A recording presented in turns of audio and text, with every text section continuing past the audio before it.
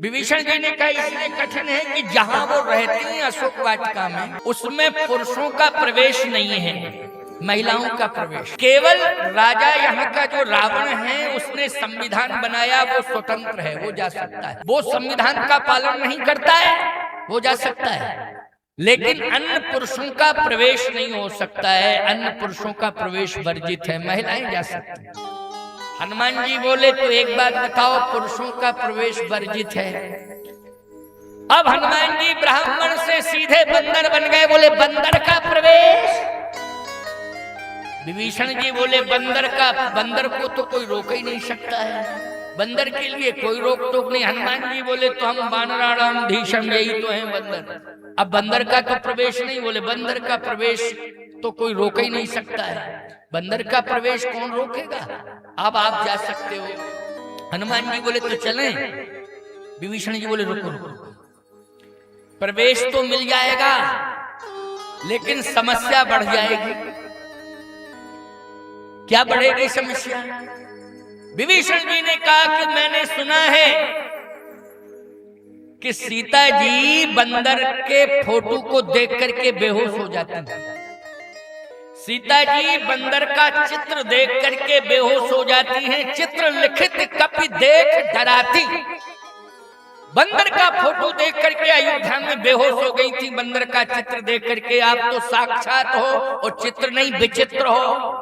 हनुमान जी तो विचित्र वानर है ना, साधारण थोड़ी। इसलिए आपको देख करके तो सीता माता डर जाएंगे, और यदि सीता माता डर गई तो फिर पता नहीं कौन सा डिसीजन ले ले को प्राणी त्याग दे। हनुमान जी बोले तो युक्ति बताओ, फिर क्या करें, युक्ति बताओ। बंदर नहीं बने तो कैसे काम चलेगा, बंदर तो बनना पड़ेगा। प्रवेश के लिए तो बंदर बनना अनिवार्य है, लेकिन बंदर भी बन जाऊं और सीता माता के प्राण सुरक्षित हो जाएं और भय मुक्त हो जाए मेरी माँ, इसके लिए कोई उपाय बताओ। विभीषण जी ने कहा बताता हूं। युक्ति विभीषण सकल सुनाई,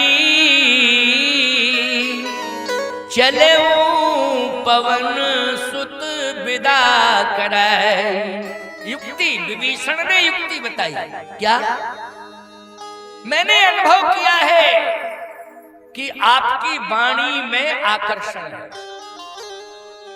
ऐसी वाणी हृदय परिवर्तन करने वाली संसार में कहीं नहीं है, किसी के पास नहीं है जैसी वाणी आपकी है। और बोलो ये सत्य है कि नहीं, जल्दी बोलो ये सत्य है ना। हनुमान जी की जैसी वाणी है वैसी वाणी किसी की है नहीं, हनुमान जी की कृपा से ही तो बोल रहे हैं। सरस्वती जी ने पूरा बुद्धि का भंडार हनुमान जी को दे दिया है। बोलो सरस्वती जी ने पूरी बुद्धि जो है किसे दे दी है? हनुमान जी को। बुद्धि बताम वरिष्ठम, और जो स्वर है ना सरस्वती जी का, वो स्वर भी हनुमान जी को दे दिया है सरस्वती जी ने। तो बोलो सरस्वती जी ने जब स्वर दे दिया है, सरस्वती जी ने बुद्धि दे दी है, तो ना तो इतना मीठा स्वर किसी का होगा हनुमान जी जैसा है, और ना ऐसी बुद्धि किसी की होगी। कहा आपकी वाणी में जादू है, इसलिए आपके मुख से कथा बहुत अच्छी निकलती है। आप कथा सुनाना, और कथा सुन करके जब सीता जी प्रभावित हो जाएं, तो फिर आप डायरेक्ट कह देना कि हम बंदर हैं। अब मैया कहो तो आवे डरती आप बहुत हो, हम बंदर हैं। अगर वो कह दे कि हाँ ठीक है आ जाओ तो कोई बात नहीं, चले जाना। नहीं तो कथा सुनाने से ही काम बन जाएगा, पूरा काम बन जाएगा। हनुमान जी ने कहा ये युक्ति बहुत अच्छी है। बस हनुमान जी विभीषण के द्वारा बताई हुई युक्ति के अनुसार जैसे पहुंचे, तो वास्तव में अशोक वाटिका में सीता जी जिस वृक्ष के नीचे बैठी थी, उस वृक्ष के नीचे बैठी निरंतर सावन भादों की तरह आंसुओं की धार लगी हुई थी, झरझर झरझर झरझर झरझर। याद रखना, आंसुओं से पूरा का पूरा वो अशोक वन जो है अविसिंचित हो गया, गीला हो गया आंसुओं से। सीता जी के आंसुओं से ही पूरा का पूरा अशोक वन जो है गीला हो गया, आंसू इतने निकले। हनुमान जी ने कहा बहुत दुख है, आपको एक बात बताएं, ये अंदर के आंसू जो निकल रहे हैं ना, ये किसी डिस्पेंसरी पर जाकर के दवा लेने से बंद नहीं होंगे, क्योंकि अनंत वेदनाएं हृदय के अंदर है। दवा कितना असर दिखाएगी, वो तो वेदना निकलेगी ही निकलेगी। इसलिए आंसुओं को यदि आप वेदना जो है, यदि उसकी कीमत कोई जानता है तो न डॉक्टर जानता है, न वैद्य जानता है, न कोई सरकार जानती है, केवल परमात्मा जानता है या परमात्मा की कथा। इसलिए कथा सुन करके ही वेदना दूर होगी। बिना कथा सुने, भगवत चरित्र सुने वेदना दूर नहीं हो सकती। इसलिए हनुमान जी महाराज आज अशोक वृक्ष की डाली पर बैठ गए। सीता माता रो रही थी, हनुमान जी महाराज ने उसी समय कथा सुनाना शुरू कर दिया। रामचंद्र गुण बरने लागा, और सुनते ही सीता कर दुख भागा। लागी सुने श्रवण मन लाई, आदऊ ते सब कथा सुनाई। जैसे हनुमान जी कथा सुनाते गए, सीता जी प्रसन्न होती गई। और अंत में सीता जी बोली, भैया बहुत सुंदर कथा है, ऐसी कथा तो मैंने कहीं सुनी नहीं, इतनी सुंदर कथा सामने आ जाओ कथावाचक। हनुमान जी बोले, कथा ही कथा, सुंदर सुनाने वाला बंदर। अब कहो मैया तो सामने आ जाऊं। जानकी मैया का हृदय प्रसन्न हो गया।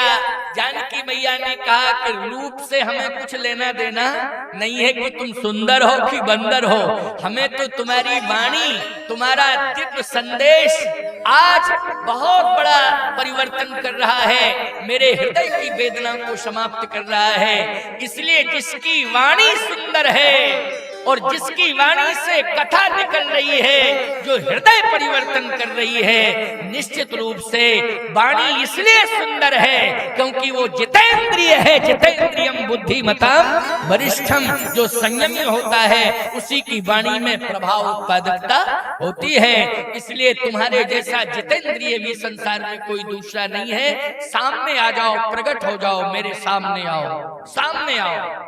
जैसे ही आज्ञा मिली तो हनुमान जी सामने हाथ जोड़ करके खड़े हो गए। कैसे खड़े हुए जल्दी बोलो। आज रामदूत में मातु जानकी, साथ शपथ करुणा निधान की। जानकी जी ने कहा, देखो रामदूत हो, वाणी से कह रहे थे नहीं पर्याप्त है, इसमें शपथ की आवश्यकता नहीं, क्योंकि राम का जो भक्त होगा वो झूठ बोलेगा, वो सत्य ही बोलेगा। और यदि ये कहे कि मैं राम की कसम खा के कह रहा हूं तो समझ लेना कि उसके चरित्र पर संदेह है। संदेह है क्यों? अच्छा एक बात बताओ, तू अपनी कसम खा जाए, अपने बाप की कसम खा जाए, राम की कसम क्यों खा रहा है? बोलो भाई, लोग नहीं है। गंगा कसम, राम की कसम, हनुमान की कसम क्यों खाते हो? देवताओं की कसम। अपनी कसम खाओ, अपने बाप की कसम खाओ, अपने खानदान की कसम खाओ। क्यों राम की कसम खा रहे हो? क्यों हनुमान की कसम खा रहे हो? क्यों गंगा की कसम खा रहे हो? क्यों गाय की कसम खा रहे हो? खबरदार, प्रयास करो कि हम सत्य बोलें, और यदि झूठ बोल रहे तो किसी देवी देवताओं को दांव पे मत लगाओ। दांव पे नहीं लगाना है किसी देवी देवता को, गलत है, ये बोलने का तरीका ही ठीक नहीं है। जानकी जी ने कहा कि सत्य शपथ करुणा निधान की, राम की कसम मत खाओ। हनुमान जी ने कहा कि मैया मेरी आदत नहीं है कसम खाने की, लेकिन फिर क्यों? कहे कि आपने ध्यान से नहीं सुना, मैंने एक शब्द कहा है, सत्य शपथ करुणा निधान। ये नहीं कहा कि राम करुणा निधान। संसार में करुणा निधान को केवल आप जानती हैं और मैं जानता हूं, और तीसरा कोई नहीं जानता है। इसलिए मैंने आपको स्मरण दिलाया, मैंने कसम नहीं करुणा निधान का स्मरण दिलाया। अच्छा, तो करुणा निधान शब्द जो है केवल मैं जानती थी, और कोई नहीं जानता था, लेकिन तुम्हें अगर बताया है तो तुम्हारा विशेष संबंध है। सीता जी ने कहा क्या? क्योंकि करुणा निधान शब्द किसने दिया था? मंगला गौरी ने दिया था। मंगला गौरी ने सीता जी को करुणा निधान शब्द दिया था कि ये स्पेशल है, ये प्राइवेट नाम है, मैं दे रही हूँ। है मन जाहे राचो मिले सोवर सहज सुंदर, सामरो करुणा निधान सुजान, शील स्नेह जानत रावरो। तो करुणा निधान तो मंगला गौरी मैया ने दिया था सीता जी को जब गौरा जी का पूजन करने आई थी। अब वो मंगला गौरी माँ के द्वारा प्रदत्त जो है करुणा निधान शब्द सीता जी जानती। कोई नहीं, लक्ष्मण हूँ यह मरम न जाना, जो कछु चरित्र रचेऊ भगवाना। लक्ष्मण को भी मालूम नहीं है, लेकिन हनुमान जी को मालूम है। तो बोलो ये मर्म किसने बताया हनुमान जी को? राम जी ने बताया। तो सीता जी ने कहा कि लगता है कि तुम विशेष सेवकों में से हो, लेकिन मैं एक बात पूछ रही हूँ, क्या ये प्राइवेट नाम जो बताया करुणा निधान, तो मुझे लगता है कि और भी सेवक है कि अकेले तुम ही सेवक हो? हनुमान जी बोले नहीं, और भी सेवक हैं। कौन कौन है जो सेवा करते हैं? तुलसीदास जी ने बताया, बड़ भागी अंगद हनुमाना, चरण कमल चापत विधि नाना। तो बोलो चरण सेवा में हनुमान जी के साथ अंगद जी जुड़ गए कि नहीं जुड़ गए? बड़ भागी अंगद हनुमाना, चरण कमल चापत विधि नाना। कहा अंगद भी जानते हैं इस नाम को करुणा निधान? कहा मैया अंगद नहीं जानते। तो इसका मतलब है कि तुम एकांत में भी अकेले में भी सेवा करते हो अंगद के अलावा। हनुमान जी बोले मैया तुम ठीक समझ गई, बिल्कुल। कभी कभी हम एकांत में भी अकेले भी सेवा करते हैं। तो जानकी जी ने कहा कि जब अकेले में तुम सेवा करते हो तो एक बात मैं पूछ रही हूँ, उसका उत्तर दो। क्या? सहज बान सेवक सुखदायक, कबहू की सुरति करत रघुनायक। एक बात बताओ, एकांत में जब सेवा करते हो तो कभी मेरी याद उन्हें आती है? कभी मेरी चर्चा करते हैं?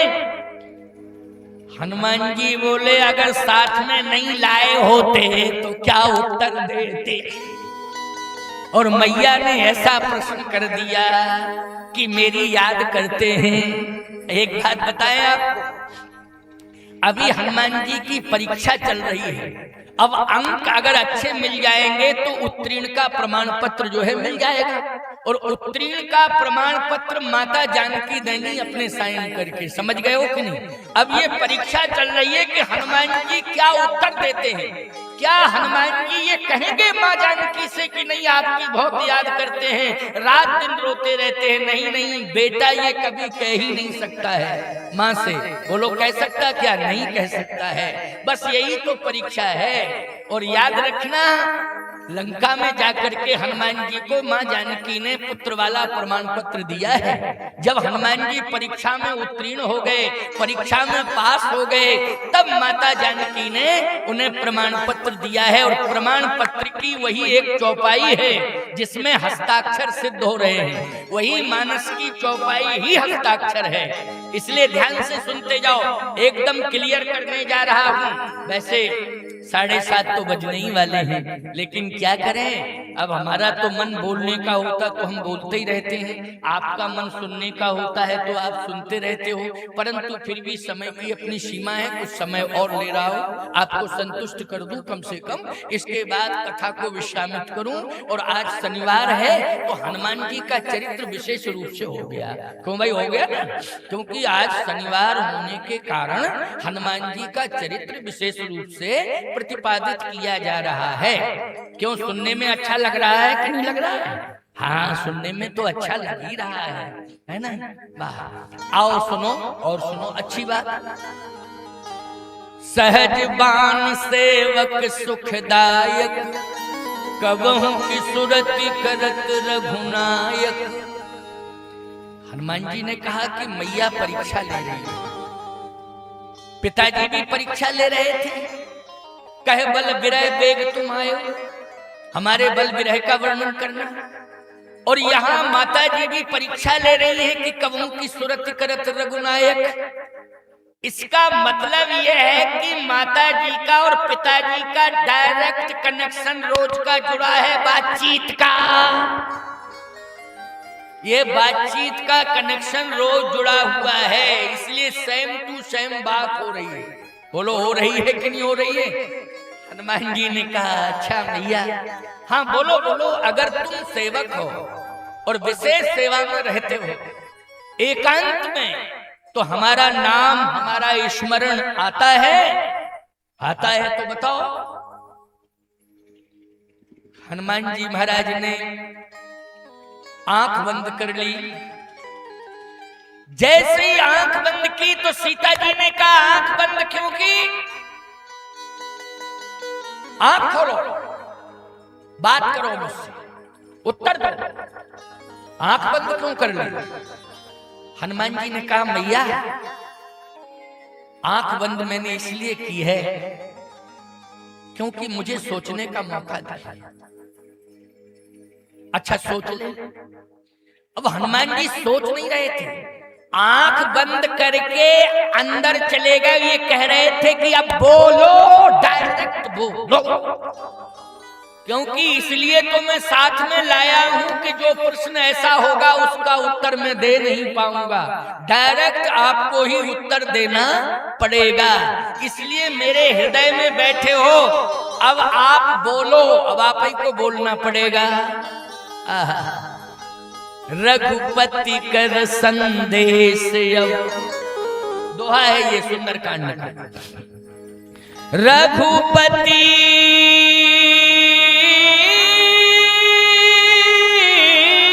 कर संदेश अब, सुन जननी धर धीर, अस कही कपि गद गद भयऊ, भरे बिलोचन नीर। जब नेत्रों में आंसू ज्यादा आ जाते हैं तो दिखाई देना बंद हो जाता है। क्यों भाई? आंसू ज्यादा आ जाते हैं तो सामने वाला दिखाई नहीं देता है। अच्छा, कंठावरोधन, अस कहे कपि गद गद भयऊ, कंठावरोधन हो गया, यानी बोलना बंद। अच्छा, जो बोल नहीं पाते हैं सुनाई देना भी बंद हो जाता है। क्यों भाई? जो बोलते नहीं, बोल नहीं पाते हैं ना, जिनकी वाणी अवरुद्ध हो जाती है, उनके कान भी बंद हो जाते हैं, सुनाई नहीं देता। नेत्र में आंसू ज्यादा आ जाते हैं तो आंख होते हुए भी दिखाई नहीं देता है। तो याद रखना, आंखों में आंसुओं की धार दिखाई देना बंद और वाणी अवरुद्ध हो गई, एक शब्द भी नहीं निकल रहा है, सुनने वाली क्षमता भी समाप्त हो गई। अब एकांत हो गया। बोलो हो गया एकांत कि नहीं? जैसे सुनाई ना दे और दिखाई ना दे और व्यक्ति बोल ना पावे, तो बोलो भाई प्राइवेट चाहे जैसी बात करते रहो, कोई दिक्कत नहीं। ऐसे ही हनुमान जी की मुद्रा, सारी राक्षसियां सो गई और हनुमान जी की ये मनोवृत्ति हो गई, आंखों से दिखाई नहीं दे रहा है, कानों से सुनाई नहीं दे रहा है, वाणी अवरुद्ध हो गई है। हनुमान जी ने अपना सीना फाड़ दिया है, प्रभु राम प्रकट हो गए हैं और सीता जी से डायरेक्ट बात कर रहे हैं। ये भाषा प्रभु राम की है। सुंदरकांड इसका साक्षी है कि कहेहु राम, कौन बोल रहे हैं? कहेहु राम वियोग तव सीता, मोह कहूं सकल भयऊ विपरीता। तु प्रेम कर मम अरु तोरा, जानत प्रिया एक मन मोरा। सो मन सदा रहत तोहि पाही, जान प्रीत रस इतने माही। ये शब्द हनुमान जी के नहीं हैं, ये शब्द स्वयं प्रभु राम के हैं, क्योंकि हृदय में प्रभु राम विराजमान हैं। और हनुमान जी ने अपना हृदय फाड़ दिया और डायरेक्ट सीता राम की वार्ता हुई और सीता राम का अशोक वाटिका में मिलन हुआ। याद रखना, पुष्प वाटिका में भगवान शिव के माध्यम से सीता राम का मिलन हुआ था, अशोक वाटिका में हनुमान के माध्यम से सीता राम का मिलन हो गया। यह है सुंदरकांड की महिमा।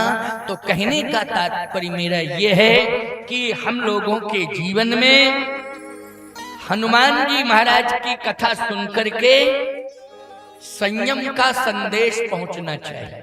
क्या संयम? वाणी का संयम और हमारे शरीर के अंगों का भी संयम।